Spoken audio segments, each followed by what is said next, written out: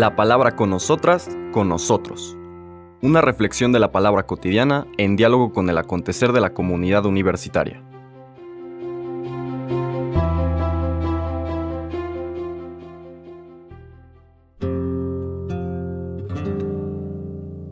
Hola, buenos días.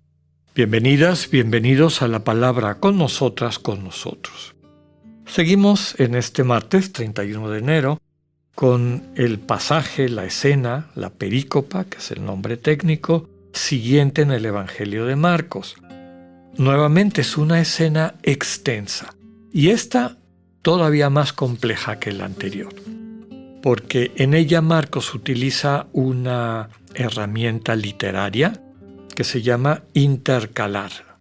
Intercalar historias, como un sándwich. Empieza con una historia, luego introduce otra historia que lleva hasta su fin y retoma la primera historia con la que empezó.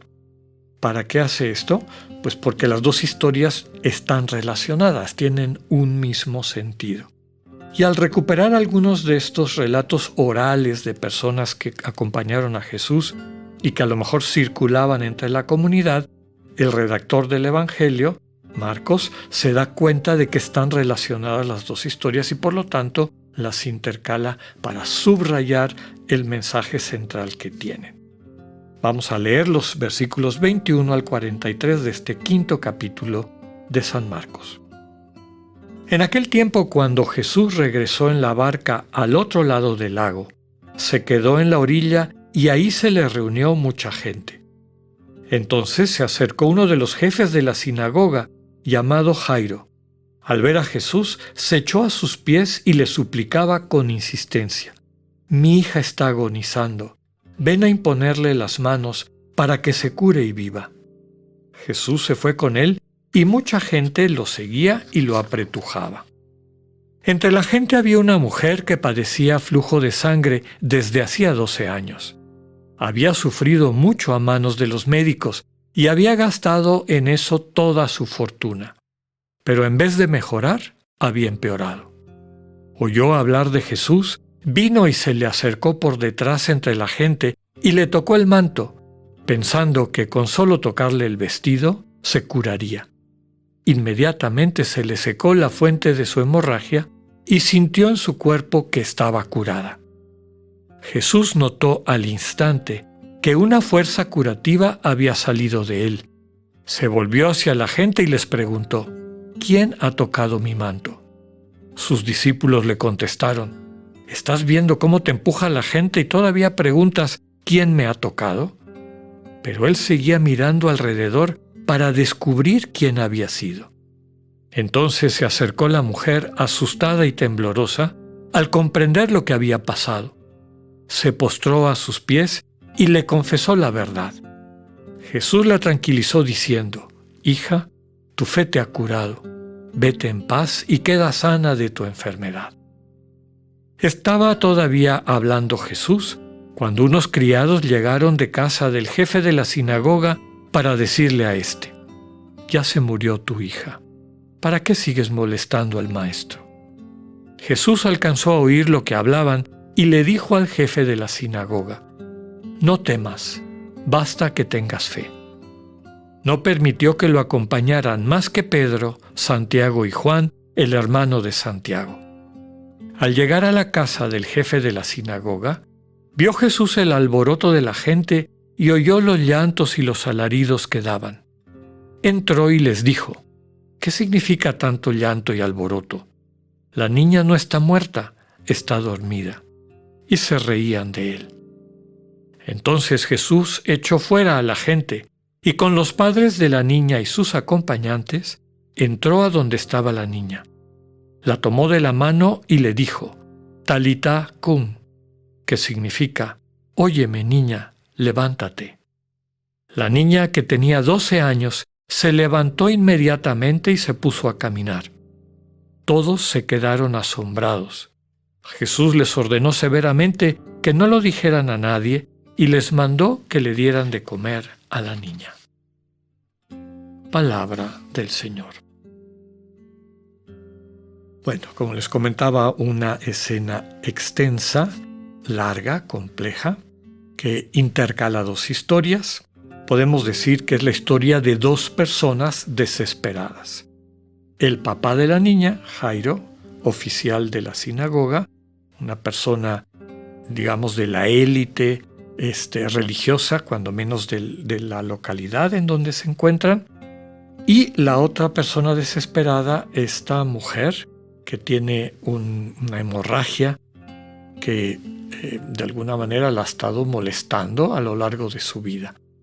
Hay todo un debate de si ese tipo de hemorragias la dejaba o la declaraba impura o no, para tratar de entender por qué su acercamiento hasta cierto punto subrepticio, medio escondido a Jesús, si es que tuviera prohibido por esa situación el convivir con personas, ¿no? Por esta declaración de impureza ritual. Más allá de eso, el tema evidente es la fe. La fe de la mujer, la fe de Jairo, el oficial de la sinagoga, uno de los jefes de la sinagoga. Aquí hay que subrayar que fe no es una especie de acto de voluntad o algo por el estilo, sino una confianza que se manifiesta en un abandono. Por eso pareciera que está vinculado a esta desesperación, ¿no? Jairo y la mujer han hecho todo lo que podían con sus fuerzas, con sus capacidades, con su papel de autoridad religiosa en el caso de Jairo y con todos sus recursos, como dice el mismo relato en el caso de la mujer, y no habían encontrado ninguna solución. Se habían topado con pared. Sin embargo, confían en Jesús. Y esta confianza se manifiesta en un abandono, ponerse totalmente en sus manos. También está simbolizado con las dos postraciones de ambos, ¿no? Jairo se postra a los pies de Jesús, la mujer eventualmente también se postra a los pies de Jesús. Entonces lo reconocen, se ponen totalmente en sus manos, ¿verdad? Ya no tenemos otro recurso más que tú. Desde luego que la invitación no es a que lleguemos a esos niveles de desesperación para poder entrar en una relación constructiva y transformadora con el Señor, sino que aprendamos y ejercitemos nuestro corazón en esta confianza que se traduce en un abandono, ¿no? Personas desesperadas esperan en Jesús. Sin llegar a la desesperación, el Evangelio invita al creyente a poderse poner en las manos del Señor. Después hay cosas interesantes. La mujer, dice el texto, lleva 12 años enferma. Más adelante nos dice que la niña tenía 12 años. Estos juegos de la elaboración literaria de Marcos para volver a subrayar los 12 años en el caso de las niñas y en esta época también de los niños, era la mayoría de edad en el pueblo judío. Toda una vida esta mujer ha estado limitada por esta enfermedad. Y esta niña que apenas va a empezar su vida, parece que la ve terminada de una forma abrupta, incapacitándola para hacerse cargo del proyecto de Dios para ella. En ambos casos hay un fin positivo. El Señor Jesús trae la liberación, la curación, la transformación. En el caso de la niña, inclusive el sacarla de la realidad de la muerte y restituirlos a su dignidad de hijos e hijas de Dios. Nos hace recordar lo que ya ha hecho Jesús en la lectura que veíamos el día de ayer con el endemoniado de Gerasa. Personas que son restituidas y son capacitadas para hacerse cargo de su vida. El intercambio de Jesús con la mujer primero sirve para subrayar que hay una sensibilidad que les une. Nos dice el texto que la mujer toca el manto y siente en su cuerpo. Jesús también siente en su cuerpo. Inmediatamente dice el texto que una fuerza curativa ha salido de él. Hay un vínculo, un vínculo más allá de las palabras que les une. Pero Jesús quiere que la mujer se haga consciente y por eso no quiere quedarse meramente como un sanador, sino como alguien que la reconoce. La trata de hija, hija, tu fe te ha curado, tu confianza te ha curado.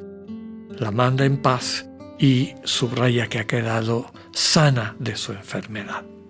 Pidámosle al Señor la gracia de ponernos confiadamente en sus manos, como nos invita este texto de esta escena tan llena de riqueza y simbolismo. Que tengan un buen día, Dios con ustedes.